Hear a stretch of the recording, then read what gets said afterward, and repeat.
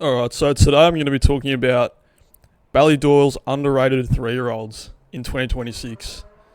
So I'm going to be talking about 10 horses that I found. Actually, this did take a while because I went through the list of 112 2-year-olds I had last season and picked out the ones that seemed kind of interesting, ones that, hadn't won a Group 1, might have been placed in a Group 1, ones that could really come on as a 3-year-old. As opposed to ones that are obvious, Precise, Diamond Necklace, Pierre Bonnard, just those already established, really elite 2-year-olds that are going to be good 3-year-olds, but these are ones that I think, might surpass them in 2026. So the first one is Action, obviously by Frankel. He's a half-brother to Lambourne, who won the Epsom Derby last year, so, immediately... you're going to sort of aim towards 2,000 metres, 2,400 metres next year. It looks like a classic horse, obviously by one of the all-time great stallions and racehorses. As you can see, last season, he was very consistent. He ran third behind Boeco, who's, going to be a proper Group 1 horse this year. I think Carl Burke said he's going to be I think he's trained by George Bowie. He's going to be a more of a miler type. And then obviously came second to Hawk Mountain in the Doncaster Futurity Trophy. And I reckon I'm going to put the replay up in a sec, but if Ryan Moore was on that day, he might have even won because he was very close to winning. Here's the replay of that. Hopefully I don't get copyright striked or something because that'd be really annoying. Obviously it was a Ballydoyle 1, 2, 3. And I remember Hawk Mountain was the roughie of the three of them. He went very close there. Maybe if Ryan Moore was on board, or it might have been a different result. But second in a quite a good Group 1. Oxygon ran in that race, and he was, he's maybe a little bit disappointing, but he was one of those good 2-year-olds from last season. I think Action's an interesting one to look out for next year. And just the fact that he's a half-brother to Lambourne is just, that bloodline's going to be an elite stayer. So, we'll move on to the next one. Christmas Day by Camelot. This is a really interesting one, I reckon, because, he wasn't really one of the obvious, Group 2, miler sort of horses. They kind of preserved him a bit. They kept him in Ireland. And his last start as a 2-year-old was I think it's a Group 3, the Group 3 Airfield Stakes, over 1,800 metres. So, they obviously think this horse is an out-and-out stayer. And the horse he beat is a horse called A Boy Named Susie, who ended up being placed. I believe he came second or third. That is what placing is. He was placed in the Group 1. I think it's the Criterium de St. Cloud. It's the one that's over 2,000 metres. And it was a really heavy track, and he ran a really good race there. So the horse that he beat on this day at Leopardstown is going to be a proper staying classic horse next year, I think, for Donica O'Brien. Christmas Day, by Camelot. So he's going to be out and out stayer. Might even be a St. Ledger type next season. You never know. Obviously, that's a lot further than the Derby, so you need a special sort of horse to win that. I'm pretty sure this horse is a brother to Miss the Cut. I'll just confirm that. Who was it was an okay stay. He jumped between America and England quite a lot. I remember he ran in the Hardwick Stakes, but he ran in America quite a bit. We'll just have a look at his replay in the Airfield Stakes. Because he didn't run in the British Group 2s and Group 1s. They wanted to, take their time with him, and they obviously noticed he was more of a staying type.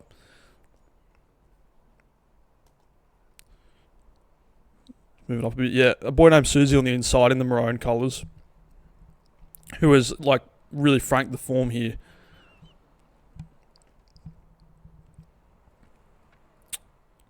Just a gritty sort of staying win there over an obviously very classy horse.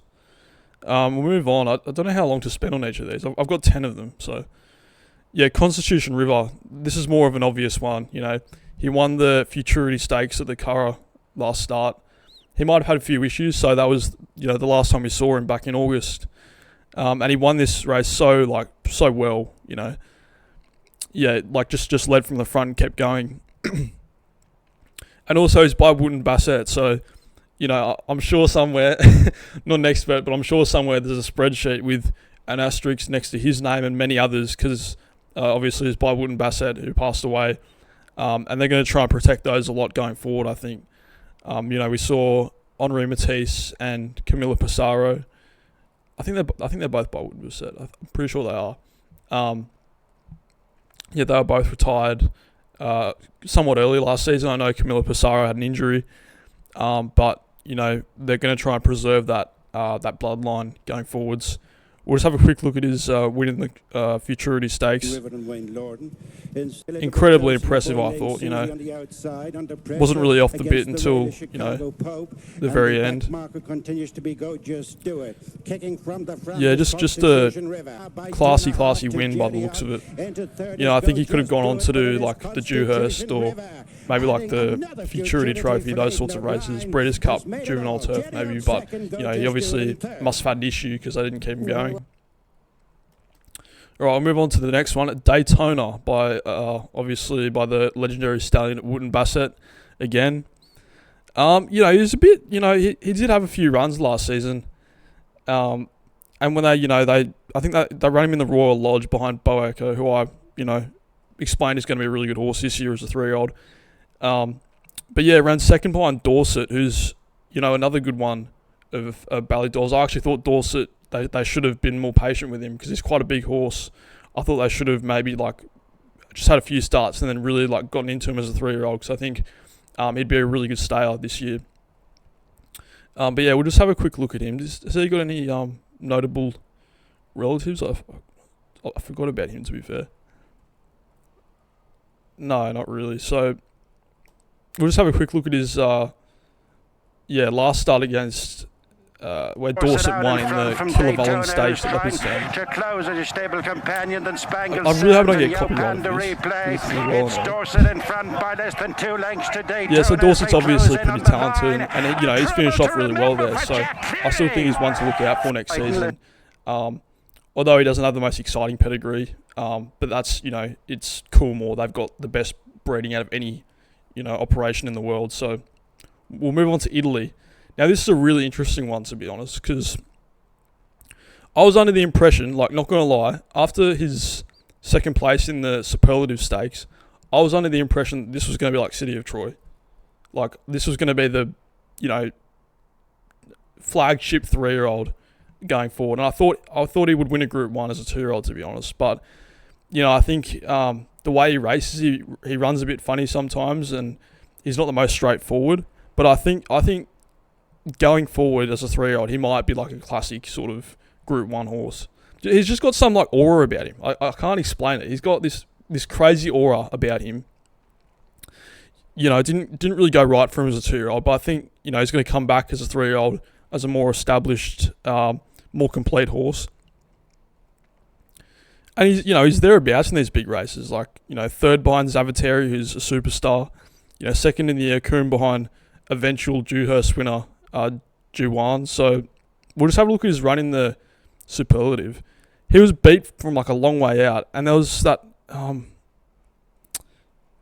it was a bit of a messy race, but I thought he was beat from a long way out, and he kept trucking the entire way in. And I just thought he stinks of a horse that needs 2,000 metres, 2,400 metres.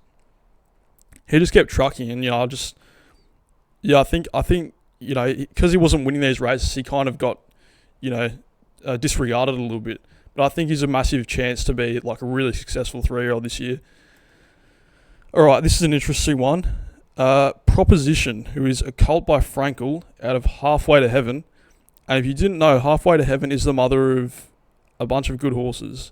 Rhododendron, Magical.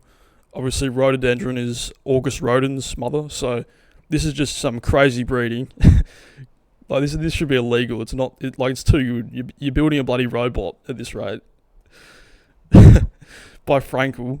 Obviously didn't do much as a 2-year-old, but just breeding alone just creates insane expectations.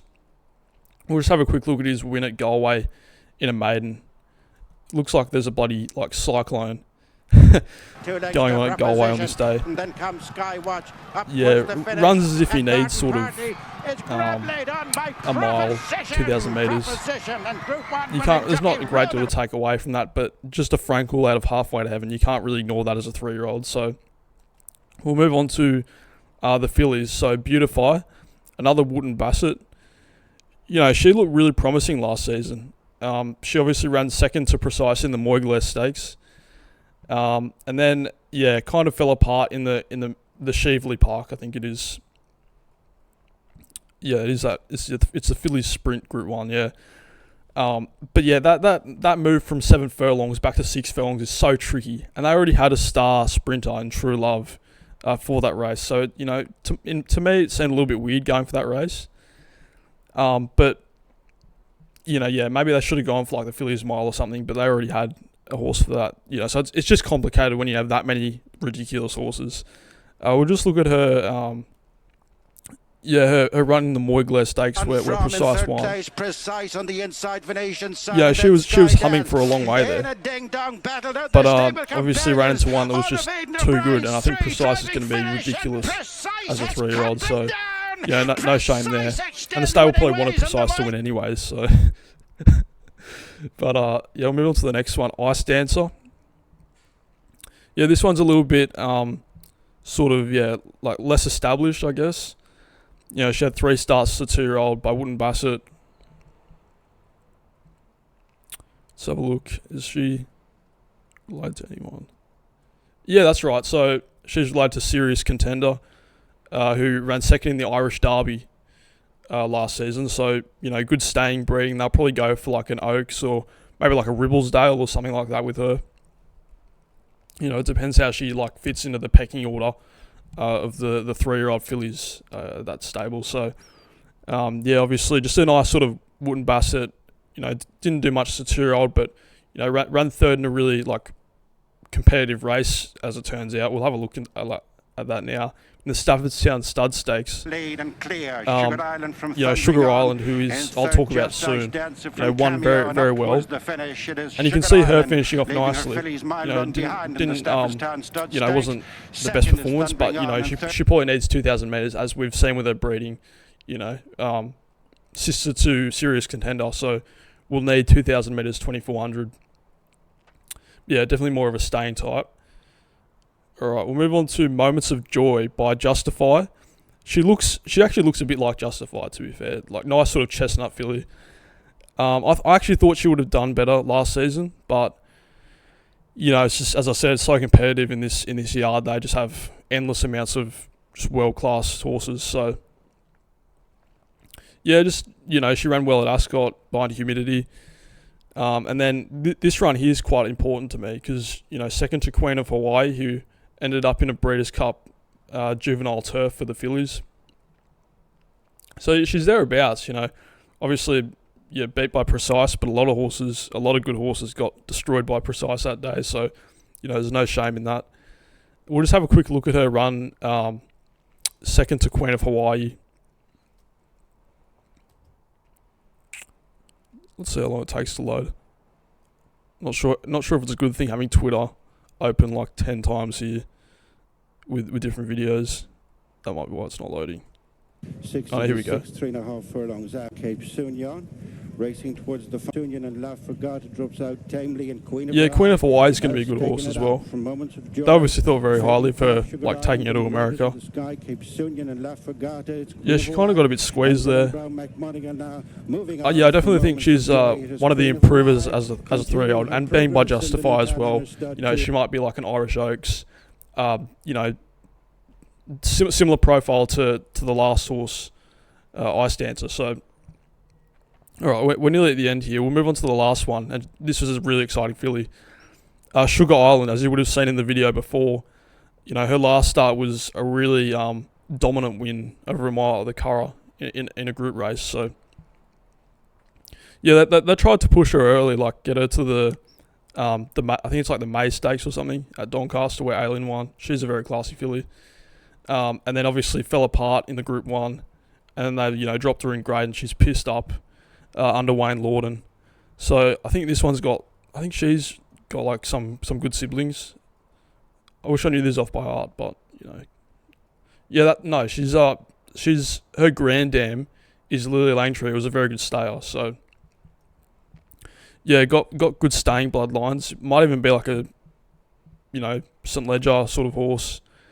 Although it's very hard for the fillies over that distance against the colts. So just another Oaks type, just typical sort of middle distance, 2400 meter, 3-year-old. I think she's going to be. We'll just have a look at this win again because this was like legit.